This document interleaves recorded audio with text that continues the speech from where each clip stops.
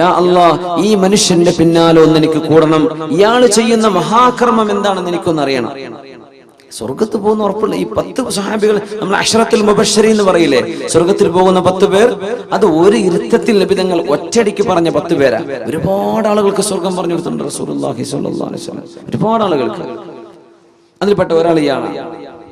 അപ്പൊ അബ്ദുല്ലാഹ് ഇബ്നു അംർ ഇബ്നുൽ ആസ് റളിയല്ലാഹു അൻഹു പറഞ്ഞത്, ഞാൻ പിന്നാലെ പോവാണ്. എന്താണ് ഇയാൾ ചെയ്യുന്ന ഒരു നല്ല കാര്യം, അതെനിക്കും ചെയ്താൽ ഞാനും രക്ഷപ്പെടുമല്ലോ. ഇയാളെ പിന്നാലെ കൂടി രാത്രി ഇശാസ്കാരം കഴിഞ്ഞ് പുരക്ക് പോകാൻ പറഞ്ഞു, അല്ലേ ഞാനും വാപ്പിയും തമ്മിൽ ചെറിയൊരു ഇഷ്ടക്കുറവുണ്ട്, അതുകൊണ്ട് പുരക്ക് ഞാൻ പോകുന്നില്ല. നിങ്ങളുടെ പുരക്ക് നിൽക്കാൻ നിങ്ങൾ എന്നെ സമ്മതിക്കോ? ആയിക്കോട്ടെ, എന്നെന്താ കുഴപ്പം. അപ്പൊ അദ്ദേഹം പറയാം, ഞാൻ പോയത് മൂപ്പര് രാത്രി എത്ര നിസ്കരിക്കുന്നത്, മൂപ്പര് എന്തൊക്കെയാ ഓതുന്നത്, മൂപ്പര് എന്തൊക്കെയാ സൽക്കർമ്മം, ഇതൊക്കെ നോക്കാനാണ് ഞാൻ പോയത്. രാത്രി കാര്യമായ സുന്നത്ത് നിസ്കാരം ഒന്നും ഞാൻ കണ്ടില്ല. സുബഹി നിസ്കാരത്തിന് എഴുന്നേറ്റു, ഞാനും മൂപ്പര് ഒരുമിച്ച് പള്ളിക്ക് വന്നു. നിസ്കാരം കഴിഞ്ഞു, മൂപ്പര് തിരിച്ചുപോയി, ഞാനും പോയി ഭക്ഷണം കഴിച്ചു. പകല് നോമ്പൊറ്റ, അന്ന് നോമ്പൊന്നുമില്ല, സുന്നത്ത് നോമ്പൊന്നുമില്ല, മൂപ്പര് ഭക്ഷണം കഴിക്കുന്നുണ്ട്. യാ അല്ലാഹ്, ഞാൻ ഇന്ന് പിന്നെ ക്ഷീണമായിട്ട് നാളെ ഉണ്ടാവുന്നു. നാളെ നോക്കി 2ാമത്തെ ദിവസം ഇതേപോലെ.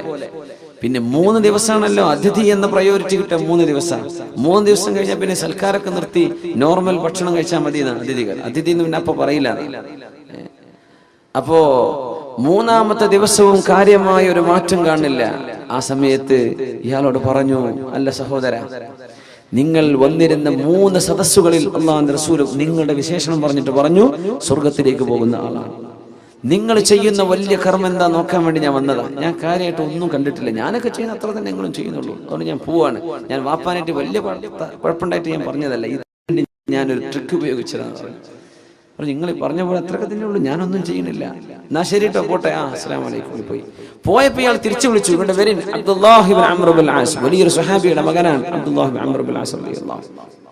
വാപ്പയും സ്വഹാബിയാണ്, ഒരു സ്വഹാബിയാണ്. ചോദിച്ചു, അല്ല പിന്നെ ഞാൻ ചെയ്യുന്ന കർമ്മം എനിക്ക് തോന്നുന്നത് എന്റെ ഹൃദയത്തിൽ ഒരാളോടും വെറുപ്പില്ല, ഇതാണ് ഞാൻ ചെയ്യുന്നൊരു കാര്യം.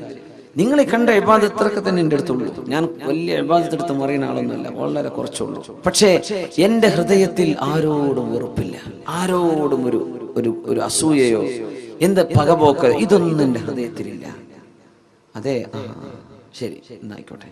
അള്ളാഹുവിന്റെ റസൂലിന്റെ അടുത്തേക്ക് ചെന്നു, നബിയെ, ഞാൻ ഇയാളുടെ കൂടെ കൂടി നബിയെ, കാര്യമായി ഒന്നും കണ്ടില്ല. പക്ഷെ മൂപ്പരിനോട് പറഞ്ഞ വിഷയം എന്താണെന്ന് അറിയോ നബിയെ, മനസ്സിൽ ആരോടൊരു വെറുപ്പില്ല എന്നാ പറഞ്ഞത്.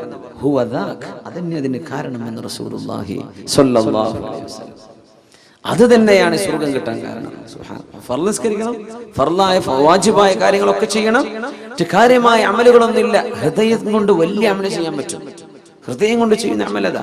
അള്ളാഹുവിന് വേണ്ടി മനുഷ്യരെ മുഴുവൻ സ്നേഹിക്കാൻ, ശത്രുവിനെയും മിത്രങ്ങളെയും സ്നേഹിക്കാൻ പറ്റും. അള്ളാഹുവിന് വേണ്ടി ഹൃദയം എല്ലാവർക്കും മാപ്പ് ചെയ്തു കൊടുക്കുന്ന ഒരു ഖൽബ്